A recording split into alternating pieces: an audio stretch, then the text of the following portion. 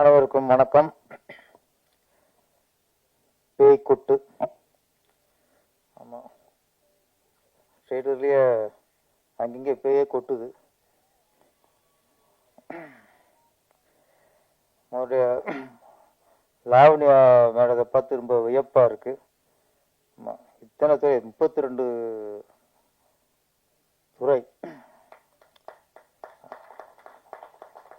அதுலேயுமா இங்கே 23 சங்கம் அடங்குனதான் எங்க பெப்சி, தென்னிந்திய தொழிலாளர் சங்கம். அதில் 23 சங்கம் தான் அடங்கியிருக்கு பெப்சி. ஆனால் இங்கே 32 சங்கம் அடங்கியிருக்கு. ஆமாம், 32 சங்கம் அடங்கிய ஒரு ஒரு பெண் பெப்சி அவங்க. வியப்பாத்தான் இருக்கு. ஆமாம், கதை, திரைக்கதை, வசனம், இசை, பாடல்கள், டைரக்ஷன், தயாரிப்பு, ஹீரோ, யூனிவர்ஸ்டோர்னு 9-10 துறையை தான் எங்கள் டிஆர் வச்சிருந்தார். இவங்க 10 டி ராஜேந்தர் இருக்கார்.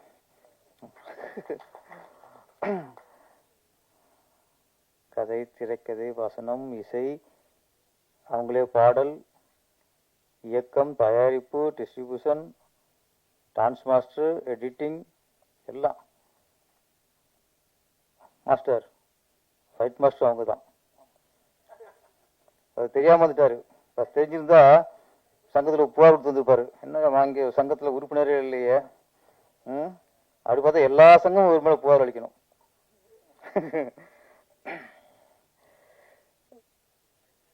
சொல்லும்போது நாயும் பேயும் முன்னணி கதாபாத்திரம் நாங்க. ஆமா, சந்தோஷமா இருக்கு. ஆமா, நாயும் பேயும். இந்த பேய்னா மனிதனுக்குள்ள இப்போ பேய் பிடிக்கும், பிடிச்சி ஆட்டம் போட வைக்கும். ஆமா, இப்போ ஏதாவது ஒரு ஆவியை புகுந்து ஒரு ஆணையோ பெண்ணையோ அவங்க உடம்புக்குள்ள புகுந்து ஆட வைக்கும். அதைத்தான் நம்ம பேயின்னு சொல்றோம். ஆக்சுவலாக அது மட்டும் பிடிக்கிறது இல்லை, பல பேய் பிடிக்குது மனிதர்களை. ஆமா, முதல்ல பேராசை, அது ஒரு பேய். அது பிடிச்சி மனுஷங்களை ஆட்டி படைக்கும். ஆணவம், அது ஒரு பேய் தான். அதுவும் படகுல பிடிச்சி ஆட்டி படைக்கும். பணம், பணப்பேய், ஏகப்பட்ட பேய். காதலும் ஒரு பேய் தான். ஏன்னா சிலர் பாருங்க, லவ் பண்ண பொண்ணு மூஞ்சிலே ஆசிட் ஊற்றுவான். அதுவும் பேய் தானே. காதல் அன்பா இருந்தா, நியாயமா இருந்தா அதை கல்யாணம் பண்ணிக்குவான். இல்லைன்னா இங்க இருந்தாலும் வாழுன்னு பாடிட்டு போயிட்டு இருப்பான். ஆசிட்டை ஊத்துறது, அப்புறம் லவ் பண்ண இன்னொரு கல்யாணம் பண்ண போறோன்னா வெட்டி கொள்றது, அது செய்தியை படிக்கிறோம்ல. அப்ப இன்னைக்கு காதலும் பெய்யாத்தான் இருக்கு, பாசமும் பெய்யாத்தான் இருக்கு. நிறைய பேய்கள் நம்மளை ஆட்டி படைக்குது. அதுல இருந்து நம்ம எப்படி விடுபடணும்? அதிகாரமும் ஒரு பேய் தான். அதிகாரம் வந்தவுடனே அடுத்தவனை மிரட்டுறது, பயமுறுத்துறது இருந்தா அதுவும் அதிகாரமும் ஒரு பேய் தான். மாதிரி மனிதர் எல்லாருமே ஒவ்வொரு வகையில நம்மளை பேய் பிடிச்சிட்டு தான் இருக்கு. அதுல இருந்து நம்ம தான் தப்பிச்சு வாழணும். இந்த இதுல இரட்டை விடமா நீங்க பாருங்க, ஒன்னு பேய், இன்னொன்னு தாயா. ஓகே ஓகே ஓகே ஓகே, இரட்டையோட நடிச்சிருக்காங்க. ஆமா, பாருங்க, ஊடகங்களே பார்த்துக்குங்க. அதையும் உங்களையும் விட்டு வைக்கல, சினிமாவில் எதையும் விட்டு வைக்கல, ஊடகத்தையும் விட்டு வைக்கல, அதையும் அவங்களே பண்ணிட்டாங்க. ஒண்ணுமே இல்லை, எல்லாத்தையும் அவங்களே பார்த்துட்டாங்க. பேய்ங்கிற எப்பவுமே ஒரு சினிமாவில் ஒரு ஆசையான விஷயம்தான். நம்ம இங்க பெருமைப்படுறது இத்தனை துறைகள் அப்படின்னு இல்லை, ஒரு பெண் இயக்குனர், ஒரு பெண்ணா பார்க்கும்போது இத்தனை துறைகளையும் அவங்க அப்ப எவ்வளவு கத்துக்கிட்டு இருப்பாங்க, எவ்வளவு உழைச்சிருப்பாங்க. நம்ம தமிழ் திரையுள்ள நிறைய பெண் இயக்கர்கள், பானுமதியிலிருந்து லட்சுமி மேடம், ஸ்ரீபிரியா மேடம், சுதா கொங்கராவ், ஐஸ்வர்யா ரஜினிகாந்த், நிறைய பேர் பார்த்து சினிமா திரையுலகம். பெண் இயக்குனர் நிறைய வரணும். லாவண்யா மேடம், ஆமாம், அவங்கள தான் சொல்கிறேன், ஒரு ஒரு பெண் இயக்குனராக நம்ம வந்து அவங்களுக்கு சப்போர்ட் பண்ணணும். நீங்கள் 32ல் இன்னும் இதுவே பெரிய சாதனை, உலக சாதனை ஆகிப்போச்சு. ஆமாம், இன்னும் ஒரு 5-6 துறை சேர்த்துங்க. சேர்த்துட்டு முக்கியமாக இங்கே தேவை, இந்த 32ல் படித்து பார்த்தேன், நீங்கள் படம் பண்ணுறவங்களுக்கு எது மிக மிக தேவையோ அது இல்லை. தியேட்டர் உரிமையாளர்னு ஒன்று வேணும். நம்மளை இந்த மாதிரி சின்ன படம் பண்ணும்போது இவ்வளோலாம் பண்ணுறோம்ல, கடைசியாக தியேட்டர் ரிலீஸ் போய் நிற்கும் போது நம்மளுக்கு கஷ்டமாக இருக்குது. இல்லை, தியேட்டர் உரிமை, தியேட்டர் போகிற படம் போகிறது ஓகே, நம்மளே ஒரு தியேட்டர் உருவாக்கணும். தியேட்டர் உரிமையாளர், தயாரிப்பாளர், டிஸ்ட்ரிபியூட்டர், அது எல்லாம் இருக்குது. தியேட்டர் உரிமையாளர் ஆகிட்டா இன்னும் கொஞ்சம் வசதி, எங்களுக்கும் வசதி. சின்ன சின்ன படங்கள் வந்தால் அவங்களுக்கு படம் உங்கள் தியேட்டர் ரிலீஸ் பண்ணுவோம். ஒரு தியேட்டரும் கட்டிடுங்க. பேய் கொட்டு நல்லா வசூலை கொட்டணும். லாவணி மேடம் மேலும் மேலும் சிறந்து விளங்கணும். இந்த படத்தை வெற்றி மூலியமாக அவங்க இது வரைக்கும் தமிழ்நாட்டில் வந்த பெண் இயக்குனர் வரிசையில் அவங்களும் வெற்றி பெற பெண் இயக்குனராக நீங்கள் உருவாகணும். நன்றி, வணக்கம். பேய்கொட்டு உண்மையிலே இதை படிக்கனாலே ஒரு ஆஃப் டே ஆகிடும்னு நினைக்கிறேன். 33 தொழில்நுட்ப கலை நேராக ஒர்க் பண்ணியிருக்கீங்க. வாழ்த்துக்கள் மேடம். உண்மையிலே உலகத்தில் யாரும் பண்ணியிருக்காங்களான்னா எனக்கு தெரிஞ்சு பண்ணல, நீங்கள் தான் பண்ணியிருக்கீங்க. உண்மையிலே உங்களுக்கு கைத்தட்டலாம் அந்த இதுக்காக. ஏன்னா இவ்வளோ பெரிய சாதனையாளராக இருக்காங்க. எனக்கு இவங்களை இன்னைக்கு நினச்சி பார்த்தேன், அவங்ககிட்ட சொன்னேன், ஒரு நாள் எங்கள் கில்டுக்கு ஆட்டோவில் வந்தாங்க, வர்றதுக்கு புக் பண்ணாங்க, ஏதோ ஒரு எக்ஸ்ட்ரா காசு கேட்டாங்க, திருப்பி போனே அனுப்பிச்சி விட்டாங்க. என்னென்ன இல்லை வேற ஆட்டோ போட்டுக்கிறேன்னாங்க. ஆனால் நியாயத்துக்கு எதாக இருந்தாலும் செலவு பண்ணுவாங்க, ஒரு எக்ஸ்ட்ரா கேட்டால் கொடுக்க மாட்டேன். அந்த மாதிரி ஒரு நியாயமாக எனக்கு அவங்கள ரொம்ப பிடிச்சிச்சு. ஏன்னா அந்த ஒரு 100 ரூபா எக்ஸ்ட்ரா கேட்குறாங்க, நான் 100 ரூபா கொடுக்கணும் அப்படின்னு நினச்சாங்க. அது உண்மையிலே உங்ககிட்ட அந்த துணி எனக்கு பிடிச்சிச்சு. அப்பவுமே நான் சொன்னேன், அப்பவுமே சொன்னேன், இன்னைக்கு காலையில உங்கள்கிட்ட சொன்னேன். அந்த மாதிரி ஒரு இது என்னன்னா, இவங்க ரொம்ப அழகா இருக்காங்க. இவங்க வந்து ஒரு ஹீரோயினாவே ஃபுல்லா ஒரு ஆக்ஷன் ஹீரோயினா பண்ணலாம் எனக்கு தெரிஞ்சு. ஏன்னா அந்த மாதிரி ஆக்ஷன் ஹீரோயினுக்கான ஒரு எல்லாமே இருக்கு. பட் இருந்தாலும் பேயா நடிச்சிருக்காங்க போட்டு, அதை பார்க்கும்போது பயமா இருக்கு நமக்கு. என்னடா அது பக்கத்துல உட்காந்துருக்கோமே. இப்ப மேக்கப் போட்டுருக்கீங்களா? உண்மையாவா? ஹோல் ஸ்லைஸ் போட்டுருக்காப்ல, நீங்க எங்க போடுறீங்க? ஓ, இது மேக்கப் படிச்சுட்டு கண்ணெல்லாம் அந்த மாதிரி ஆயிடுமா? அப்ப அந்த தெருவே பயப்படுவோம் உங்களை பார்த்து. ஓகே, எனவே நல்ல காமெடி பண்றீங்க நீங்க. ஒரு பாட்டு ரொம்ப அழகா பாடினீங்க, நான் பார்த்தேன். உண்மையில ஆச்சரியமா இருக்கு. என்னன்னா, நாங்கெல்லாம் 52 வருஷமா இருக்கோம் சினிமாவில். இவ்வளவு தலைகள்லாம் நாங்க பண்ணல. சண்டை வேற பண்ணிருக்கீங்க. தான் பேர் சார் சொல்லும் போது சண்டு வேற பண்ணிருக்காங்க. நானும் கேட்டேன், சண்டுலயும் உங்க பேர் இருக்கு அப்படின்னு கேட்டேன். அப்புறம் சொன்னேன், சண்டெல்லாம் கேட்டா கத்துங்க, அடுத்த படத்துக்கு சன் மாஸ்டர் எல்லாம் போடுங்க, யாராவது ஒரு மாஸ்டர் போடுங்க அப்படின்னேன். சில கலைகள் வந்து இந்த மாதிரி சண்டை, ரோப்பு கட்டணும், ரோப்பு வறந்துடும், அதுக்கெல்லாம் ஆள் வரும். ஃபயர் ஸ்டார்ட் பண்ணீங்கன்னா ஃபயர் வந்து எப்படி அணைக்கணும்னு எங்களுக்கு தான் தெரியும் இல்லையா? அது மாதிரி டான்ஸு, நிறைய விஷயங்கள். அதுக்காக தான் நம்ம அதெல்லாம் சேஃபாக பண்ணுறது. ஏன்னா அந்த மாதிரி நீங்கள் பண்ணிக்கிட்டீங்கன்னா இன்னும் வெற்றியை ஈஸியாக தாண்டலாம். அதுக்காக நான் சொல்கிறேன். இப்போ இது வந்து பெருமை உங்களுக்கு. 10 அவார்டு உலக லெவலில் 10 அவார்டு வாங்கியிருக்கீங்க. உண்மையிலே பாராட்டுறோம், நாங்கள் சத்தியமாக நான் பாராட்டுறேன். எல்லாத்துக்கும் மேலே அந்த தைரியம் உங்களுக்கு இருந்துச்சு பாரு. 2 வருஷமா நீங்கள் போராடினீங்க, எனக்கு தெரியும். ஏன்னா நான் உங்கள்கிட்ட பார்த்துக்கிட்டு இருக்கேன். கேமரா வந்து நீங்கள் வேற ஆள் போட்டு அது ஒரு கரெக்டாக நீங்கள் சொன்னதை பண்ணலங்கிறக்க அந்த ஒர்க்கே நீங்கள் பண்ணீங்க. கேமராவை லைட் எல்லாம் கற்றுக்கிட்டு அதுக்காக படிச்சிங்க. நான் அது வந்து கற்றுக்கிறேன், அதை கற்றுட்டு தான் நான் ஒர்க் பண்ணி படித்து அதுக்கப்புறம் ஷூட்டிங் பேக்கப் பண்ணி அதுக்கப்புறம் ஆன் பண்ணி பண்ணீங்க. அதுக்கப்புறம் திருப்பி ஷூட்டிங் போனீங்க. இதெல்லாம் நான் பார்த்துக்கிட்டே இருக்கேன். அந்த ட்ரெய்லர் பார்க்கும்போது தெரியுது, பிரமாதமாக எடிட் பண்ணிருக்கீங்க. அதுவும் நீங்கள் தான் இல்லையா? எடிட்டர் நீங்கள் தான். பிரமாதமாக எடிட் பண்ணிருக்கீங்க. மியூசிக் சவுண்டு எல்லாம் நல்லா இருக்கு. எல்லாமே நல்லா பண்ணியிருக்கீங்க.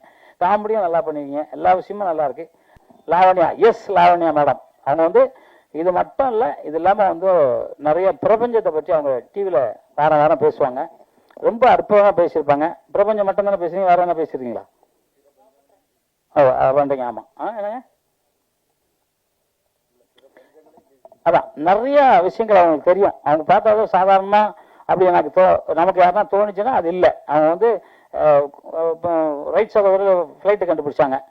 நம்மள மாதிரி அவங்களும் 10 மாதம் தான் பிறந்தாங்க. ஆனால் அவர் கண்டுபிடிச்சாங்க. ஆனால் ரைட் சகோதரர் கண்டுபிடிக்கல, நம்ம இந்தியாவில் தான் கண்டுபிடிச்சாங்க. வெள்ளைக்காரன் வந்து உட்காந்துட்டு அவன் வந்து அவங்க பேரை பொண்ணு போட்டுட்டான்னு ஒரு தகவல் சொல்லுது. ஏன்னா நம்ம தமிழ் வந்து 7 லோகம் கீழே மேலே 7 லோகம் இருக்குன்னு கண்டுபிடிச்ச தமிழன் தான். வேற எவனுக்கு தெரியாது. இன்னைக்கு வரைக்கும் மூளையில எத்தனை நரம்பு இருக்கு, என்னென்ன உடம்புல இருக்கு, என்ன சுவாசம் எப்படி நடக்குது, எப்படி நம்ம உயிர் எந்த இடத்துல இருக்குன்னு யார் எந்த விஞ்ஞானத்தில் கண்டுபிடிக்கணும், நம்ம விஞ்ஞானத்தில் மட்டும் தான் கண்டுபிடிச்சாங்க. விஞ்ஞானம் மட்டும் தான். இப்போ 3 நாள்ல சாகணும்னா அது என்ன, 1.5 மணி நேரத்தில் சாகணும்னா என்ன, அது நம்ம உடம்புக்குள்ளே இருக்கு. டெய்லி செக் பண்ணிட்டோம்னா இந்த டைம்ல நம்ம செத்து போறோம்னு தெரியும் எல்லாருக்கும். அது விஞ்ஞானத்தில் கண்டுபிடிக்கிறோம். விஞ்ஞானம் தான் கண்டுபிடிச்சான். அந்த மாதிரி மிகப்பெரிய விஞ்ஞானம் படைச்சது நம்ம தமிழ்நாடு. அது மாதிரி அதுல வந்து கண்டுபிடிச்ச அந்த ரைட் சகோதரர் மாதிரி எல்லா விஷயங்களும் புதுசு புதுசா செஞ்சிருக்காங்க. உண்மையிலே உங்க கண்டுபிடிப்பு உங்க உழைப்பு, உங்க மனசு எவ்வளவு கஷ்டப்பட்டுச்சுன்னு எனக்கு சில விஷயங்கள் தெரியும். அதை நான் நேரில் பார்த்துருக்கேன். உங்களுக்கு என்னென்ன பிரச்சனைகளை ஹெல்ப் பண்றதுலாம் நான் கூட நின்றுருக்கேன். இப்பவும் உங்க கூட எந்த நேரத்தில் நாங்கள் எல்லாம் நிற்போம். வேற சாரா இருக்கட்டும், எல்லாரும் நாங்கள் கூட இருப்போம். ஏன்னா ஒரு பெண் அப்படின்னு நான் சொல்ல விரும்பல. பெண்ங்கிறவங்க பூமாதேவி. இந்த பூமாதேவி இல்லைன்னா உலகத்துல ஒண்ணுமே கிடையாது. அந்த மாதிரி ஒரு பெரிய அற்புதமான ஒரு பெண் நீங்க லாவண்யா மேடம். உங்க லாவண்யா மேடம், அது கூட பாருங்க, லாவண்யா மேடம். அந்த மேடம் படம் மிகப்பெரிய வெற்றி அடையணும். பத்திரிகை நண்பர்கள் அனைவரும் இதை வந்து நீங்க தான் எடுத்துட்டு போறோம். ஏன்னா ஃபர்ஸ்ட் ஒருத்தவங்க பண்ணியிருக்காங்க. பத்திரிகை நீ சொன்னது படத்துல பண்ணதான் சொன்னேன், நேரில் அவங்க பண்ணல. அது நம்ம தம்பி பண்றாப்லையே, அது இல்லை. பத்திரிகையில் சொன்ன பேர் வச்சுற பத்திரிகை நீ ஏன்னா நினச்சி இல்லை, பத்திரிகை வேற ஆள் தான் பண்றாங்க. படத்துல அந்த பத்திரிகை நீ போட்டிருக்காங்க நீ சொன்னோம். நிச்சயமா அவங்களோட வெற்றி ரொம்ப சீக்கிரமா வரணும். எல்லா விஷயத்திலும் எல்லா லாங்குவேஜ்லையும் நீங்க படத்தை ரிலீஸ் பண்ணுங்க. ஒரு லாங்குவேஜ் மட்டும் விட்டுறாங்க, தமிழ். ஏன்னா இந்த படம் வந்து எல்லா லாங்குவேஜும் போற படம். எல்லா லாங்குவேஜ்லையும் நீங்க பண்ணீங்கன்னா உங்களுக்கு வந்து மேக்சிமம் நீங்க போட்ட காசோட மேல எடுத்து திருப்பி நான் சொன்ன மாதிரி கூடிய சீக்கிரம் ஒரு மிகப்பெரிய ஆக்ஷன் படம் நீங்க ஹீரோயினா பண்ணுங்க. நான் ஃபைட்டு சும்மா பண்ணி தரேன், காசே வேண்டாம். ஏன்னா ஒருவேளை அதுக்கும் நீங்க டெக்னீஷியனா நீங்களே பண்ணீங்கன்னா ஃபைட் நல்லா இருக்கும். நாங்கள் வேற மாதிரி எடுப்போம், நீங்க வேற மாதிரி எடுப்பீங்க இல்லையா? அதான் சொன்னேன். நீங்க அதான் சொன்னேன், ஃபைட்டை பார்த்தோன்னு சொன்னேன், மேடம் கொஞ்சம் கத்துங்க ஃபைட்டு அப்படின்னேன். இல்லை எனக்கு தெரியும் அப்படின்னாங்க. ஓகே, இன்னும் கொஞ்சம் கத்துங்க ஃபைட்டு அப்படின்னேன். ஏன்னா சினிமா வந்து எல்லாரும் நம்ம ஹீரோன்னா யாரு, ஒரு 100 பேர் அடிக்கணும், அதான் ஹீரோ. முறையில் 100 பேர் அடிக்க முடியாது, தெரியாது. 2 பேர் அடிக்கலாம், அதிகபட்சம் 5 பேர் அடிக்கலாம். இல்லை நம்மளும் ஆயுதம் வச்சா 10 பேரை ஓட விடலாம், அவ்வளோதான். அதனால ஹீரோ வந்து ஒன்றும் கத்தி இல்லாமல் புல்லட் AK படிச்செல்லாம் வச்சிருப்பான். அதெல்லாம் வந்து பீரங்கெல்லாம் வச்சிருப்பான். அதெல்லாம் தூக்கி போட்டு பீரங்கெல்லாம் அடிச்சு விட முடியும் ஹீரோ. அது சினிமா. அது வந்து என்ன பில்டப் பண்ணுவோம் அதைத்தான் ரசிக்கிறாங்க. யதார்த்தம்லாம் இப்போ ரசிக்கிறது இல்லை. என்ன முடியாதோ அதெல்லாம் ரசிப்பாங்க. அதனால படத்தில் நம்ம என்னென்ன முடியாதோ அதெல்லாம் எடுத்துட்டோம்னா நல்லா இருக்கும். இந்த படம் எல்லா மிக முக்கியமான நடிகர்களை வச்சிருக்கீங்க. அந்த பாப்பா சொல்றாங்க நாயும் பேயும், நல்ல டைலாக் இருக்குல்ல, டைட்டில் வைக்கலாம். நாயும் பேயும் முன்னணி கதாபாத்திரம் நடிச்சிருந்தாங்க. மேடம் தான் நடிச்சிருக்காங்க முன்னணி. அப்படியா? ஆனா எங்களுக்கு அப்படி கேட்கல, நல்ல முன்னணியில பண்ணாங்கன்ற மாதிரி சொல்லிச்சு. இருந்தாலும் எல்லா இதுலயும் மேடம் தான் நடிச்சிருக்காங்க. இந்த படம் பேய்க்கூட்டு மிகப்பெரிய வெற்றி அடைய மனமார்ந்த வாழ்த்துக்கள் சொல்லி எல்லா பத்திரிகையாளரும் உங்க ஆதரவை அவங்களுக்கு கொடுக்கணும் அப்படிங்கிறது உங்க கைத்தட்டலோட, மக்களோட கைத்தட்டலோட நான் கேட்டுக்கிறேன். அவங்களுக்கு கொடுக்கணும்ட்டு எப்பவும் நான் சொல்ற மாதிரி அம்மாவை மதிங்க, அப்பாவை மதிங்க. உலகத்திலே இந்தியனா பிறந்தாதான் உலகத்திலே மிகப்பெரிய புண்ணியம். அது தமிழ்நாட்டுல பிறகு கொடுத்து வச்சிருக்கணும். ஏன்னா சித்தர்கள்லாம் எவ்வளோ விஷயங்கள் கண்டுபிடிச்சி அவங்க எழுத்து மூலியமாகவும் மறைமுகமாகவும் நிறைய பேருக்கு சொல்லியிருக்காங்க. அந்த தமிழ்ல நம்ம இருக்கிறத நம்ம பெருமைப்படுறோம். தமிழ் வாழ்க, தமிழ் வெல்க, தமிழன் வென்றே தீர்வான். நன்றி, ஜெய்ஹிந்த். பேய்க்கூட்டு அந்த படத்தோட ஆடியோ ரிலீஸ்க்கு தான் நான் வந்திருக்கேன். மேடையில் பெரியவங்க முன்னாடி பேசுகிற அளவுக்கு நம்ம அவ்வளோ பெரிய பேச்சாளர் இல்லை. தயவு செஞ்சு நீங்களே ஒரு தடவை கை தட்டிடுங்க. இந்த கைத்தட்டல்கள் அனைத்தும் பேய்க்கூட்டு அந்த படத்துக்கு தான் போய் சேரும். கொட்டு அப்படின்னால உண்மையிலே கொட்டு வாங்கினாக்க அவங்க வளருவாங்க. நான் பேரரசார் படத்துல கொட்டு வாங்கினதால தான் இன்னைக்கு நான் இந்த இடத்துல வந்து நிக்கிறேன். யோ ஐயரு, கோழி முட்டை போட்டா அடகாத்து குஞ்சு பொரிக்கணும், இல்லைன்னா கூமுட்டையா போயிரியா கூமுட்டை அப்படின்னு நான் பேரரசார் படத்துல திருப்பாச்சி படத்துல வசனம் பேசியிருப்பேன். அப்போ நான் அங்கே அவர்கிட்ட கொட்டு வாங்கினதாலதான் இன்னைக்கு பேரரசார் இருக்கிற மேடையிலேயே நின்று பேசுற அளவுக்கு நான் வளர்ந்துருக்கிறேன். இந்த படம் பேய் கொட்டு, காஞ்சிபுரம்னா பட்டு, இது பேய் கொட்டு. சாப்பிட தேவை தட்டு, இந்த படம் பேய் கொட்டு. இனிப்புனா லட்டு, இந்த படம் பேய் கொட்டு.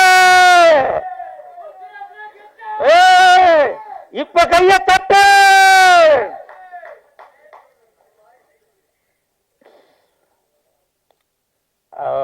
மேடம் வந்து ஏதோ 32 ஏதோ கிட்டத்தட்ட 32 டெக்னீஷியன் பார்க்க வேண்டிய வேலையா இவங்க ஒருத்தங்களே பார்த்துட்டாங்க.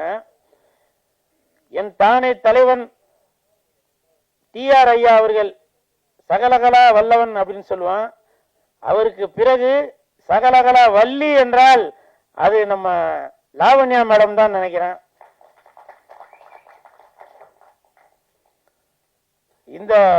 இந்த மாசத்துல மகளிர் தினம், இந்த மகளிர் தினம் இந்த மாசத்துல இந்த மேடம் இந்த மாதிரி எல்லா திறமையும் உள்ள 10 அவார்டு வாங்கியிருக்கதா சொன்னாங்க. எனக்கு தெரிஞ்சு 12 அவார்டு, 11வது அவார்டு நம்ம பேரரசார் அவர்கள் கொடுத்திருக்காங்க. 12வது அவார்டு ஜாகுவார் தங்கம் அவர்கள் கொடுத்திருக்காங்க, மாஸ்டர் அவர்கள். 13வது அவார்டு இந்த கூல் சுரேஷ் கொடுக்குறேன்.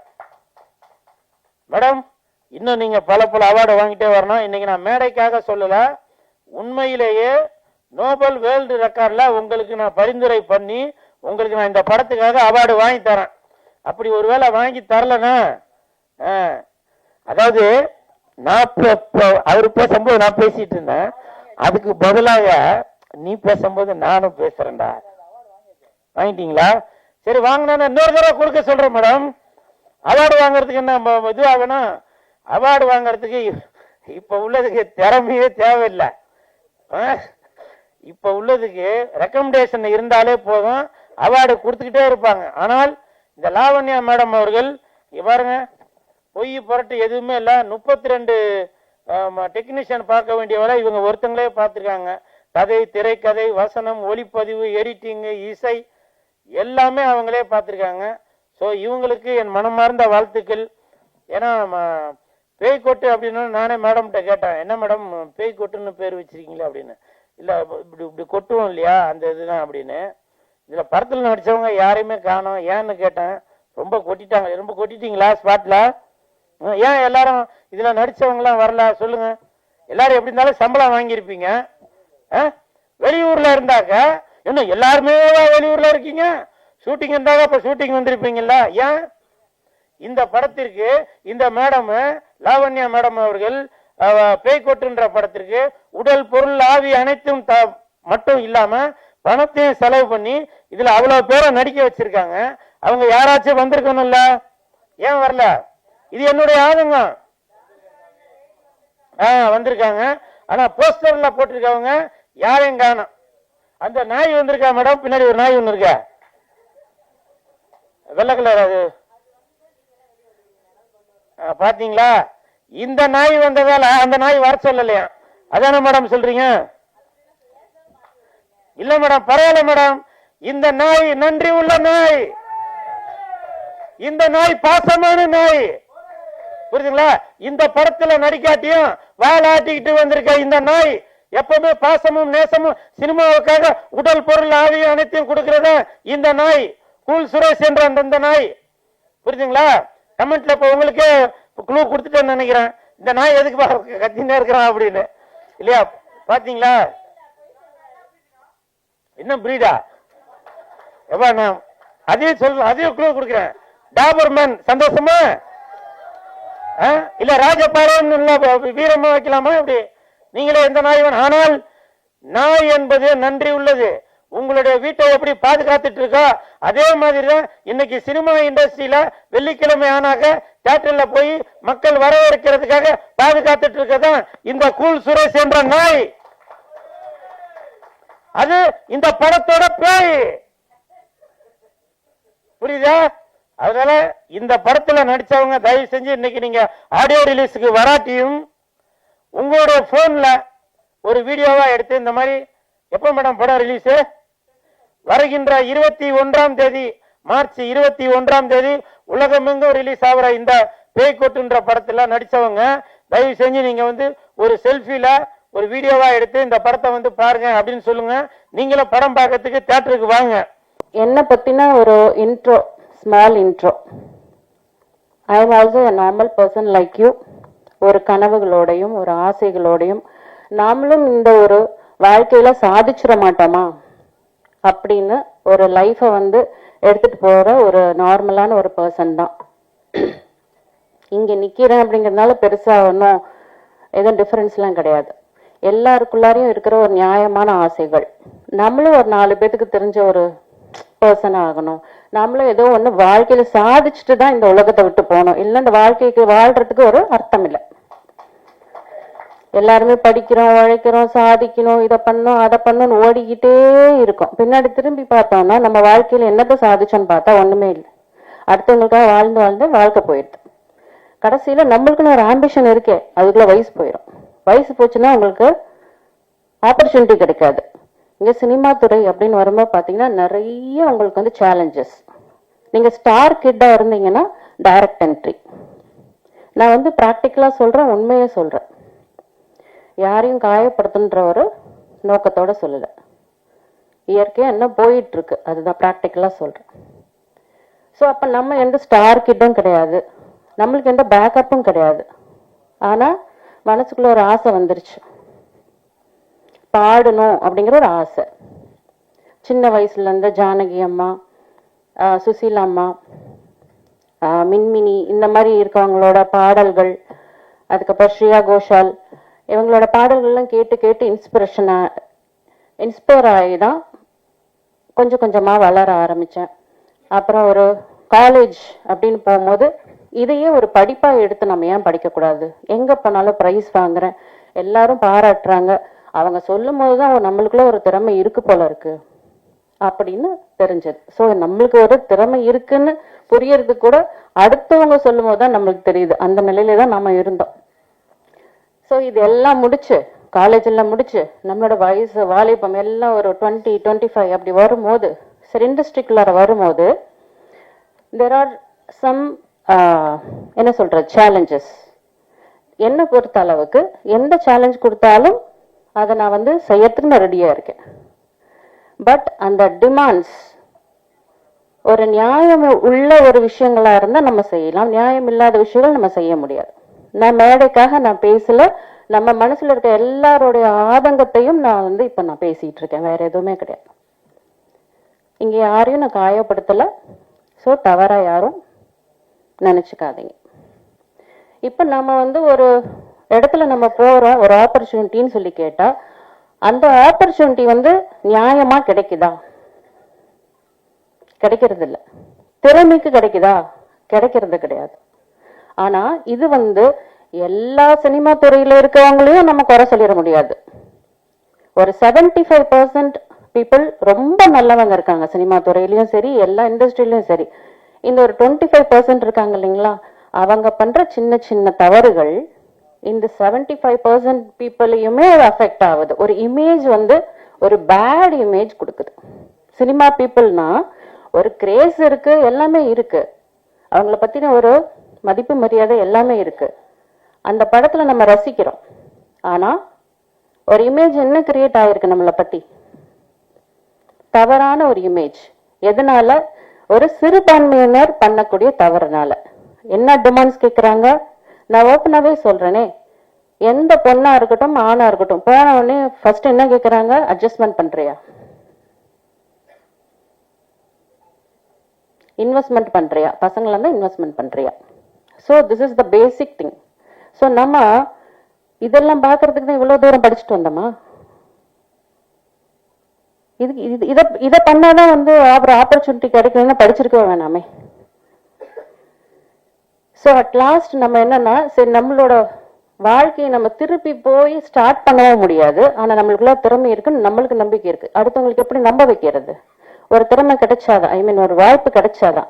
அந்த வாய்ப்புக்கு இந்த மாதிரி ஒரு விஷயங்கள் டிமாண்ட் இருந்ததுன்னா எப்படி உங்களால உங்களோட திறமையை வந்து காமிக்க முடியும்? அப்ப இப்படியே போய் சேர வேண்டியதுதான். இந்த மாதிரி புதஞ்சு கிடைக்கிற எத்தனையோ திறமைகள். இன்னைக்கு நான் வந்து 32 டிபார்ட்மெண்ட்ஸ் பண்ணியிருக்கேன் அப்படின்னா இதை நான் சாதிச்சதா நான் நினைக்கவே இல்லை. இப்ப கூட நான் சொல்றேன், எனக்கு 10 வேர்ல்டு ரெக்கார்ட்ஸ் கிடைச்சிருக்கு. லண்டன், சரிங்களா, யுஎஸ்ஏ, அந்த மாதிரி டிஃப்ரெண்ட் கண்ட்ரீஸ்லேருந்து கிடைச்சிருக்கு. அப்போ எனக்கு அந்த சாதிச்ச அந்த ஒரு நிலை எனக்கு மைண்ட்ல தோணல. எவ்வளவு நம்ம படிச்சாலும் நம்ம லேர்னர் தான். That is what I feel. இந்த மாதிரி எவ்வளோ பேர் இருக்காங்க. ஆனா இன்னைக்கு நான் இங்க வந்து நின்று இருக்கேன் உங்க முன்னாடி, இப்படி ஒரு வெற்றியாளரா நான் வந்து நின்று இருக்கேன். படம் எடுக்கிறது யார் வேணா எடுத்துடலாம், ஆனா இந்த போஸ்ட் ப்ரொடக்ஷன் பண்றது ரொம்ப கஷ்டம். அதே மாதிரி இந்த டிஸ்ட்ரிபியூஷன், மூவியை வந்து ரிலீஸ் பண்றது மகா கஷ்டம். அந்த தடைகள் எல்லாம் உடைச்சு நான் இங்க நின்று இருக்கேன் அப்படின்னாலும் எனக்கு ஹெல்ப் பண்ணது ஆண்கள் தாங்க. மூவி டிஸ்ட்ரிபியூஷன்ல எனக்கு நிறைய பேர் ஹெல்ப் பண்ணியிருக்காங்க. நிறைய பேர் கூப்பிட்டு ஹெல்ப் பண்றாங்க. நான் உங்களுக்கு ஹெல்ப் பண்றேன், இந்த கான்டாக்ட் எடுத்துக்கோங்க, அந்த கான்டாக்ட் எடுத்துக்கோங்க, நீங்க இங்க பாருங்க, நீங்க இவ்வளவு கஷ்டப்பட்டு இதை பண்றீங்க, நீங்க நல்லா வரணும். ஒரு வாழ்த்துறவங்களும் ஆண்களா தான் இருக்காங்க. பெண்களும் நிறைய பேர் ஹெல்ப் பண்றாங்க. ஸோ நிறைய நம்மளுக்கு லெசன்ஸ் எல்லா இடத்துல இருந்து கிடைச்சிக்கிட்டு தான் இருக்கு. நம்ம யாரையும் குறைய சொல்ல வேண்டாம், எல்லாத்துக்கும் நம்ம நன்றியா இருப்போம். இத்தனை பேர் இவ்வளோ ஸ்டக்கா இருக்கும் போது எனக்கு இந்த மாதிரி ஒரு ஆப்பர்ச்சுனிட்டி கிடைச்சிருக்கு அப்படின்னா இது உங்க எல்லாத்தோட ஒரு சப்போர்ட்னாலையும் இந்த பிரபஞ்சத்தோட ஒரு கட்டளை, ஏதோ ஒரு விஷயம் என் மூலியமா சொல்லணும்னு நினைச்சிருக்காங்க. அதனால என்னை சூஸ் பண்ணி என்னை பண்ண வச்சிருக்காங்க. ஒரு கருவியா என்னை யூஸ் பண்ணியிருக்காங்க. அப்படிதான் நான் இதை பார்க்கிறேன். நான் செஞ்சேன் நான் அப்படிங்கிற எண்ணம் எனக்கு இல்லை. இந்த பிரபஞ்சம் என்ன பண்ண வச்சிருக்காங்க. ஐ ஆம் ஜஸ்ட் அன் இன்ஸ்ட்ருமெண்ட். ஸோ இந்த பேய்கொட்டு மூவில வந்து பாத்தீங்கன்னா ஆர்டிஸ்ட் தீபா சங்கர், ஸ்ரீஜா ரவி, சாந்தி ஆனந்தராஜ் இவங்கெல்லாம் நடிச்சிருக்காங்க. நானும் நடிச்சிருக்கேன். பேய் நடிச்சிருக்கு, அப்புறம் வந்து நாய் நடிச்சிருக்கு. அப்புறம் நிறைய யங் டேலண்ட்ஸ் அவங்களுக்கும் வந்து வாய்ப்பு கொடுத்துருக்கேன். புதுமுக நடிகர்களும் நிறைய பேர்த்த நான் இதில் இன்ட்ரடியூஸ் பண்ணியிருக்கேன். ஸோ நான் எப்படியெல்லாம் கஷ்டப்பட்டேன் அந்த மாதிரி அவங்க கஷ்டப்படக்கூடாது. திறமை இருந்தால் அவங்களுக்கும் ஒரு வாய்ப்பு கொடுக்கலாம், நாம ஒரு உதாரணமா இருக்கலாம் அப்படின்னு அவங்களுக்கு நான் வாய்ப்பு கொடுத்துருக்கேன். திறமை தான் பார்க்கணும். அந்த ஒரு பர்டிகுலர் ஒரு சீன்ல நல்லா நடிக்கிறாங்களா, அந்த உள்ளுக்குள்ளார அந்த அவங்க ஃபீல் பண்ற அந்த எனர்ஜியை அந்த மக்களை ஃபீல் பண்ண வைக்கணும். அதுதாங்க நடிப்பு. இங்க இவங்க அழுதா அவங்க அழுவணும், இங்க சிரிச்சா அங்க சிரிக்கணும். அந்த ஒரு எனர்ஜியை அந்த வந்து டிரான்ஸ்ஃபார்ம் ஆகி ஒரு வேவ்ஸா போய் அவங்களை அழக வைக்கணும். அதுதான் நடிப்பு. உள்ளுக்குள்ளார அப்படியே ஒரு மாதிரி புல்லரிக்கும் தெரியுமா, அந்த ஒரு ஃபீல், அந்த எனர்ஜி. யங் டேலண்ட்ஸ் ஒரு புதுமுக நடிகர்கிட்ட இருந்தா ஏன் எடுக்கக்கூடாது?